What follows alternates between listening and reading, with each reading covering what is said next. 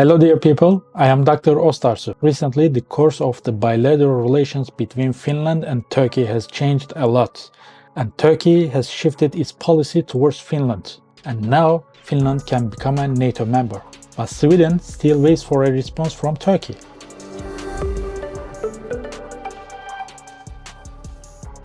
Turkey has lifted its veto on Finland's bid to join NATO, a move that will consolidate the alliance's capability to resist any future threat from Russia across the Baltic Sea area. However, Sweden's attempt to become a NATO member remains unresolved. Following a meeting with Finnish President Sauli Niinisto in Ankara, Turkish President Erdogan announced that he would recommend that the Turkish parliament vote in favor of Finland's membership before the upcoming elections. During a joint press conference, Erdogan declared that Turkey is a staunch advocate of NATO's open door policy and that Finland had taken concrete steps to address Turkey's security concerns, including the issue of terrorist activities. Erdogan also emphasized that with Finland's admission, NATO's overall strength will increase. The aspirations of Sweden and Finland to become a member of NATO have encountered a hurdle as Turkey raised its voice against these countries. Although the three countries had agreed on a course of action during a meeting in Madrid in June 2022, Erdogan has said that Sweden hasn't fulfilled its obligations under the deal. Out of NATO's 30 member states, only the countries Turkey and Hungary didn't ratify the accession process of these two countries. These countries are concerned about their security following Russia's invasion of Ukraine. Turkey has expressed reservations regarding Sweden, alleging that the country is harboring militants from the banned PKK terrorist organization, which has been engaged in an armed struggle against the Turkish government since 1984.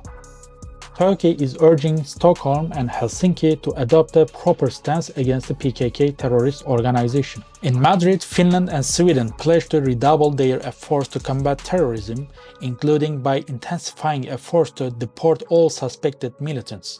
However, Sweden's courts have impeded some deportations. Furthermore, tensions between Sweden and Turkey have been increased by protests in Stockholm that Ankara claims are hate crimes, which are protected by the Swedish court as freedom of speech. Sweden and Finland have traditionally pursued a policy of military non-alignment, but this course has changed after the Russian invasion in Ukraine. Finland shares a 1,300-kilometer border with Russia, while the Swedish island of Gotland is only 300 kilometers away from the home base of Russia's Baltic Fleet in the Kaliningrad exclave. Both countries view NATO, with its collective defense clause, as the most effective means of safeguarding their security. Finland possesses the capacity for mobilizing up to 300,000 personnel and 650 tanks, while Sweden has a strong air force and a submarine fleet designed to operate in the harsh conditions in the Baltic Sea. Both countries fill a gap in NATO's front line against Russia and allow the alliance to exert its influence in the Baltic region.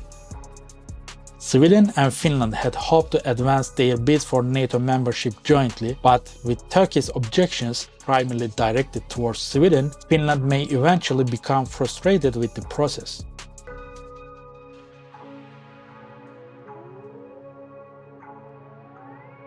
Politicians in both countries have emphasized that their priority is for joint membership, and Finland would only consider pursuing an alternative path if Sweden's bid were permanently derailed due to Turkish opposition.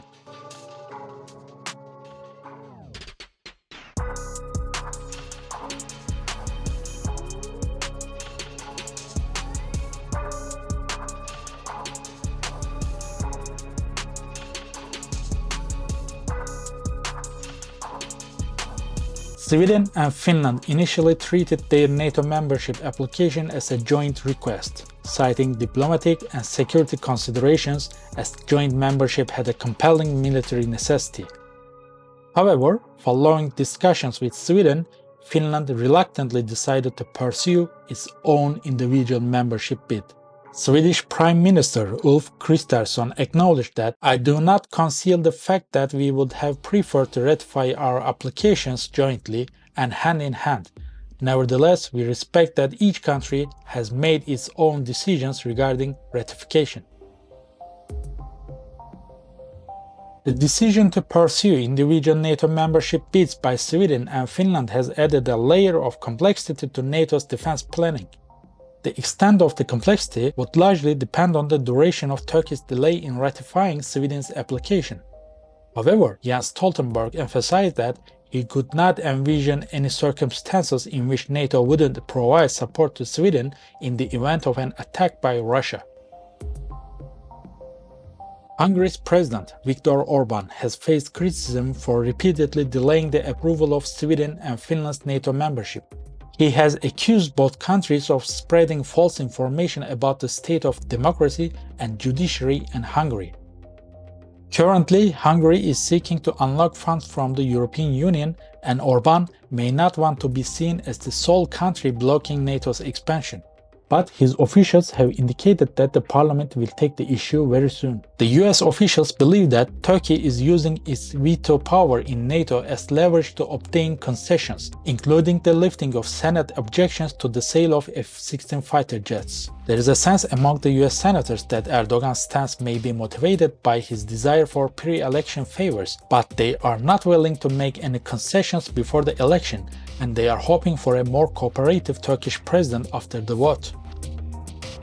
Since 1994, Sweden and Finland have become official partners of NATO, and they are involved in different NATO operations after the end of the Cold War. However, Finland decided to remain outside of NATO until the conflict in Ukraine caused a reassessment of its national security strategy. Finnish officials see their country as pragmatic and increasingly view NATO membership as the best way to ensure their security in light of Russia's aggressive behavior in the region. With a population of 5.5 million, Finland's population is smaller than Sweden's population. However, it has a well-funded military up to 300,000 personnel and additional 870,000 reservists. In contrast, Sweden has spent less on defense in recent years, but plans to reach NATO's target of giving 2% of its all GDP towards defense by 2026. Additionally, Sweden plans to increase conscript numbers to 24,000 in 2025 and 50,000 in 2035. The Swedish Military Intelligence and Security Service has warned that the current security threat is the most serious one since the 1980s, with a tangible military threat posed by Russia. And this is time to share your opinions. Don't forget to leave your comments.